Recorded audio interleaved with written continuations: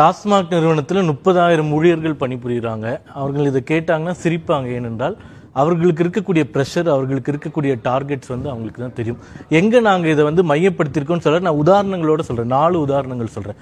22 March 2023 அன்று நிதிநிலை தாக்கல் செய்யப்படும் போது அப்போது நிதித்துறை செயலாளராக இருந்த திரு முருகானந்தம் அவர்கள் பிரஸ் மீட்ல சொல்றாரு, டாஸ்மாக்கினால் வந்தக்கூடிய எங்களுடைய வரி வருமானம் எக்ஸைஸ் அண்ட் வேட்ல இந்த வருடம் 44,121 கோடியாக இருக்கின்றது.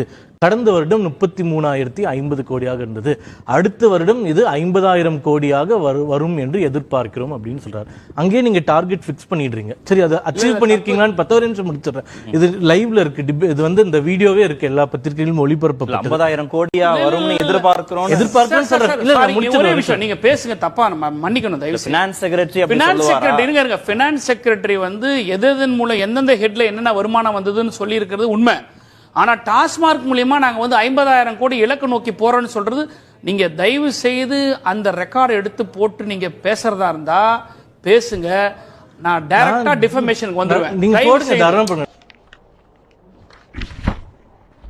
டாஸ்மாக் மூலமாக வர ஆண்டு கிட்டத்தட்ட 50,000 கோடி வருவாய் வரும்னு எதிர்பார்க்கிறோம். இந்த ஆண்டு 45,000 கோடி வருவாய் வந்திருக்கு. கடந்த ஆண்டு 36,000 கோடி வருவாய் வந்தது.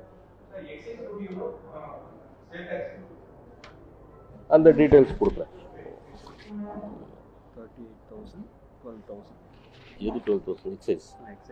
எக்ஸைஸ் 12,000 கோடி, வேட் 38,000 கோடி, ஸோ மொத்தம் 50,000 கோடி.